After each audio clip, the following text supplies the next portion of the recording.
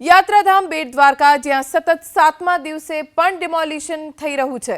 નંદઘર વિસ્તાર અને હનુમાન દાંડી રોડ પર બુલડોઝર ફરી વળ્યું। ચુસ્ત પોલીસ બંદોબસ્ત વચ્ચે મેગા ડિમોલિશનની કાર્યવાહી યથાવત છે। 7 દિવસથી આ કામગીરી થઈ રહી છે। 7 દિવસથી ગેરકાયદે દબાણો તોડીને જમીનો ખુલ્લી કરવામાં આવી રહી છે।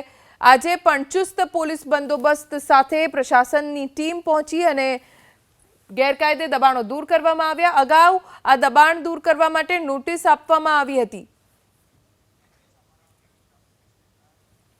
રાજકોટનું ધોરાજી જ્યાં ગેરકાયદે દબાણો દૂર કરવામાં આવ્યા। ચુનારાપા રોડ સાજી હોલ પોલીસ લાઇન સુધી જાહેર ફૂટપાથ પર રહેલી રેકડીઓ અને કેબિન દૂર કરવામાં આવી।